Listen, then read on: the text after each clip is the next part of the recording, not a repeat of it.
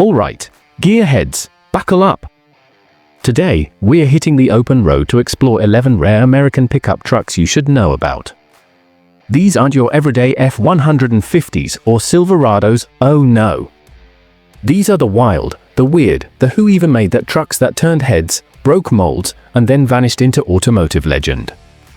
Picture this, dusty backroads, chrome glinting in the sun, and trucks so unique they feel like characters in a Hollywood blockbuster. From monster machines to quirky experiments, this list has it all, and trust me, there's enough drama here to make you wanna spill your thoughts in the comments. So, grab a cold one, crank up that imaginary engine, and let's dive into this epic lineup. Which truck's gonna steal your heart? Stick around, you'll have to tell me. Dodge Dakota Convertible, the ruthless rebel. First up, let's talk about a truck that sounds like it was dreamed up at a beach party, the Dodge Dakota Convertible. Yeah, you heard that right, a pickup with no roof. It's 1989, and Dodge is like, why haul lumber in boring trucks when you can do it with the wind in your hair? Picture this, you're cruising through a small town, sun blazing, tunes blasting, and your truck bed's loaded with surfboards, because why not? This thing had a 3.9-liter V6, 125 horsepower, and a vibe that screamed, I'm here for a good time, not a long time. But here's the kicker, only about 3,700 were made from 89 to 91. Why? Well, people loved the idea, until it rained. Or they realized convertibles and cargo don't mix when gravel's flying. It was bold, it was bonkers, and it flopped hard. Still, imagine rolling up to a car show in one today, you'd be the coolest cat there. Ever seen a Dakota convertible in the wild? Or would you drive one? Drop it in the comments, I'm curious. Jeep J10 Honcho, the Disco King. Next, let's time travel to the late 70s, when sideburns were big and trucks were bigger. Meet the Jeep J10 Honcho, the pickup that brought disco swagger to the dirt roads. This wasn't just a truck, it was a lifestyle. Picture a beefy Jeep with a step-side bed, chrome trim sparkling like a dance floor, and a hood long enough to land a plane. The Honcho package screamed, I'm here to tow your boat and steal your date. With a 360 V8 or even the rare AMC 401, this thing had grunt to spare. But the real magic? Only about 1,264 step-side Honchos were made from 1980 to 1983. They were the kings of off-road cool, starring in every muddy adventure you can imagine. Then, poof, Jeep ditched pickups for SUVs. Imagine finding one today, restored, rumbling past a Starbucks. Would you trade your daily driver for a Honcho's retro glory? Tell me in the comments, and don't lie, I know you're tempted. Chevy 454 SS, the muscle truck maniac. Now, let's crank it up with the Chevy 454 SS, the truck that laughed at speed limits and sipped gas like it was auditioning for an oil baron's biopic. It's 1990, and Chevy's like, what if we stuffed a Camaro's heart into a pickup? So, they dropped a 7.4-liter V8, that's 454 cubic inches of pure chaos, into a blacked-out C1500. Picture this, shiny black paint, red interior, and 255 horsepower roaring like a T-Rex with a megaphone. 0 to 60 in about 7 seconds, for a truck. But here's the catch, Chevy only made around 17,000 from 1990 to 1993. It was a gas-guzzling beast that didn't care about fuel prices or subtlety. Today, collectors lose their minds over these. Imagine drag racing one at a stoplight, would you take the wheel or just cheer from the sidelines? Hit the comments, I wanna know your vibe. Ford SVT Lightning, first gen, the speed freak. Alright, let's talk about a truck that made boy racers ditch their Mustangs, the 1993 Ford SVT Lightning. Ford's special vehicle team took an F-150, lowered it, slapped on a 5.8-liter V8 with 240 horses, and said, hold my wrench. Picture this, a sleek red or black truck, hugging the pavement, 17-inch wheels glinting, leaving Civics in the dust. It hit 60 in 7.2 seconds. In 93, that was supercar territory for a pickup. Only about 11,000 were built from 93 to 95. It was too wild for its time, and Ford shelved it until 99. Today, it's a cult classic. Imagine spotting one at a gas station, driver revving like they own the road. Would you challenge it to a race or just snap a pic? Comments, people, spill the tea. International Harvester CXT, the Monster Monarch.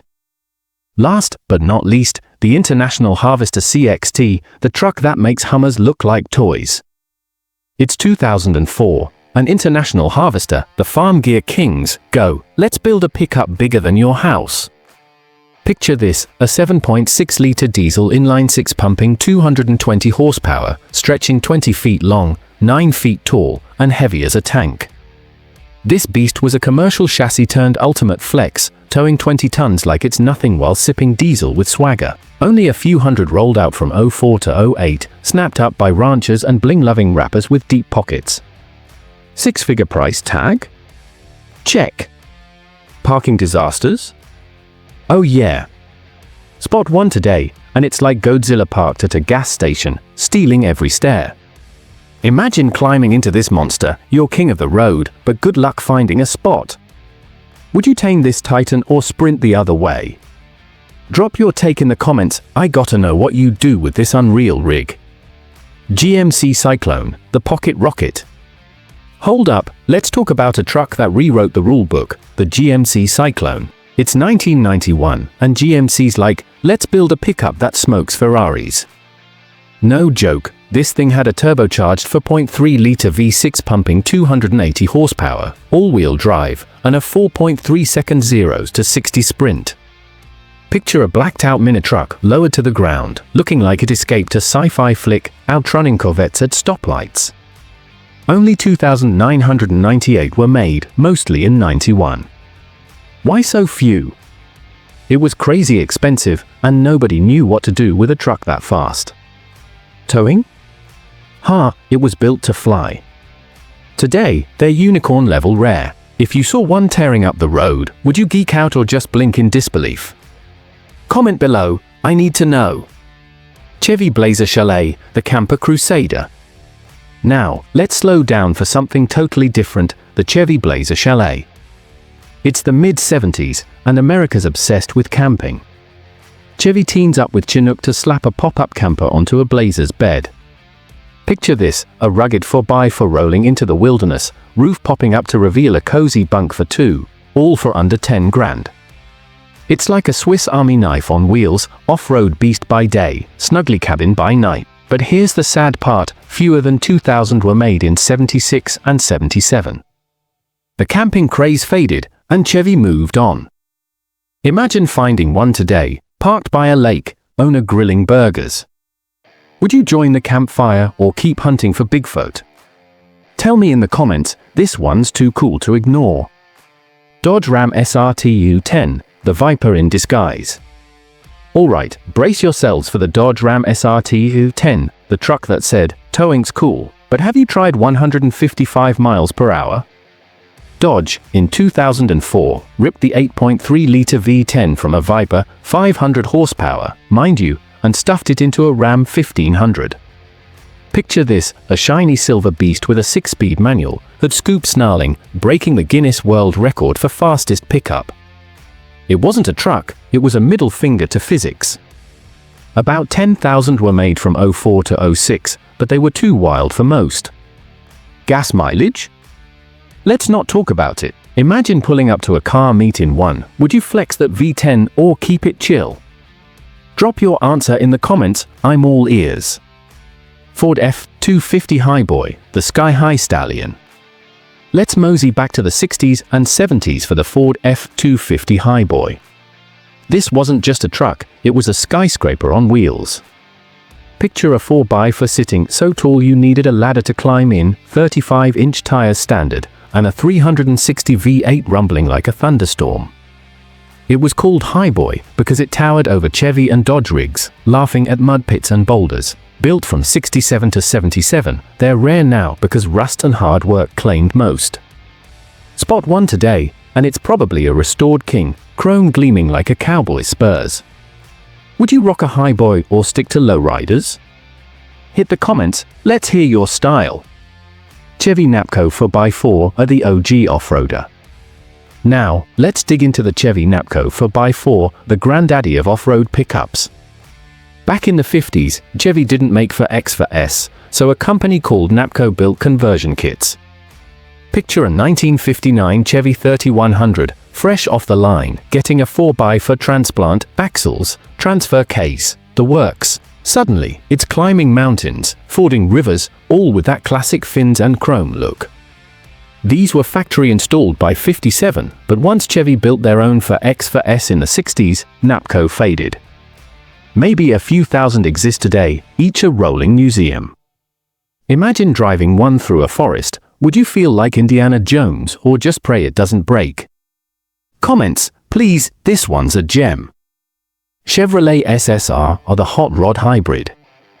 Last but not least, the Chevrolet SSR, the truck that couldn't decide if it was a pickup, a convertible, or a time machine. It's 2003, and Chevy's like, let's mix a retro hot rod with a folding hardtop and a tiny bed. Picture this, a candy-colored truck, V8 growling, roof tucking away like a transformer, turning heads at every Dairy Queen. Later models got a 6.0-liter LS2 with 390 horsepower, not bad. Only 24,000 were made from 03 to 06. It was too weird, too pricey, and nobody knew what to haul in that minibed. Still, imagine cruising one today, pure retro-futuristic vibes. Would you love it or laugh it off? Comment below, I gotta know where you stand. Phew, what a ride! That was our rundown of 11 rare American pickup trucks you should know about. From convertible craziness to V10 insanity, these trucks are legends in their own right. I'm still buzzing thinking about that Cyclone outrunning supercars or the Honcho's disco swagger. Which one's your favorite? Got a dream truck from this list you'd park in your garage? Or maybe you've seen one of these unicorns in real life. Spill the story. If this video got your engine revving, smash that like button, subscribe for more automotive adventures, and hit the bell so you never miss a ride. Let's keep this convo going in the comments. I'm reading every single one. Until next time, keep your tires spinning and your dreams big. Catch YA later.